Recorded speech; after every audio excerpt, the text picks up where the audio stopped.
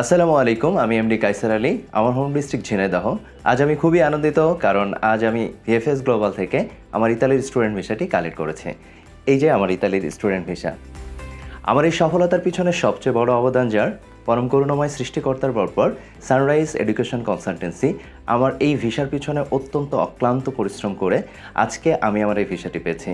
এই জন্য sunrise education কনসালটেন্সিকে আমার অন্তরের অন্তরস্থল থেকে অসংখ্য ধন্যবাদ। সানরাইজের সাথে আমার জার্নি শুরু হয় এবছরের জানুয়ারি মাসে।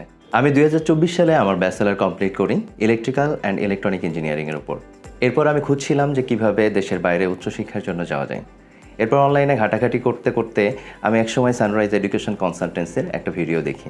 ভিডিওর মাধ্যমে ভিডিও স্ক্রিন থেকে নাম্বার নিয়ে আমি ওনাদেরকে কল দিই। এরপর অফিসে এসে ওনাদের সাথে কথা বলি। ওনাদের কথাবার্তা বলে আমার কাছে খুবই ভালো মনে হয়। এই জন্য আমি ওনাদের সাথে আমার এই ভিসা প্রসেসিংয়ের কার্যক্রম শুরু করি। এরপর জানুয়ারিতে যখন আমি ওনাদের সাথে কাজ শুরু করলাম, এরপর অনেকটা দিন পার হয়ে গেল।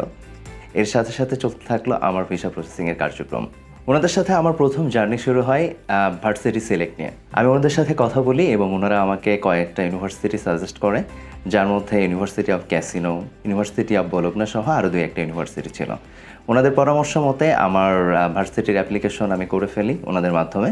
ভার্সিটি কনফার্মেশনের পরে এরপর আমার অ্যাডমিশন যখন শেষ হয়ে যায়, তখন একটা গুরুত্বপূর্ণ ইস্যু যেটা হয়ে দাঁড়ায় সেটা হচ্ছে সিমিয়া নিয়ে অনেক সংগ্রাম করতে হয়েছে আমাদেরকে। তবে সানরাইজ এডুকেশন কনসালটেন্ট আমাকে খুবই ভালোভাবে সহযোগিতা করছে এবং খুব দ্রুততম সময়ে আমি সিমিয়াটা পেয়ে গেছি আলহামদুলিল্লাহ।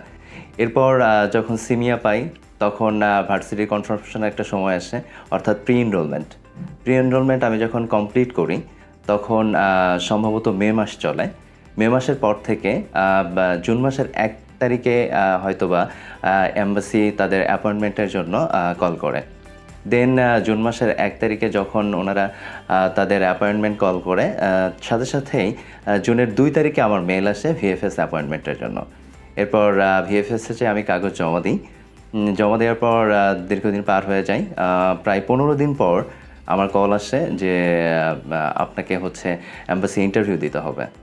দেন তো 15 দিন পর আমি ইন্টারভিউ দিই এবং ইন্টারভিউতে আমি সাকসেসফুলি ওনারা যে কোয়েশ্চেনগুলো করে, সানরাইজ এডুকেশন কনসালটেন্সির দেখানো পথ ধরে ওনাদের পরামর্শ অনুযায়ী যে এম্বাসিতে যেগুলো নিয়ে কথা বলতে হবে, কী ধরনের প্রশ্ন হতে পারে, যখন আমি ইন্টারভিউয়ের জন্য গেলাম, তখন আমার শুধু মনে আসছিলো যে হয়তো এমন কোয়েশ্চেন করতে পারে। আমি তো এগুলো সবই দেখে আসছি।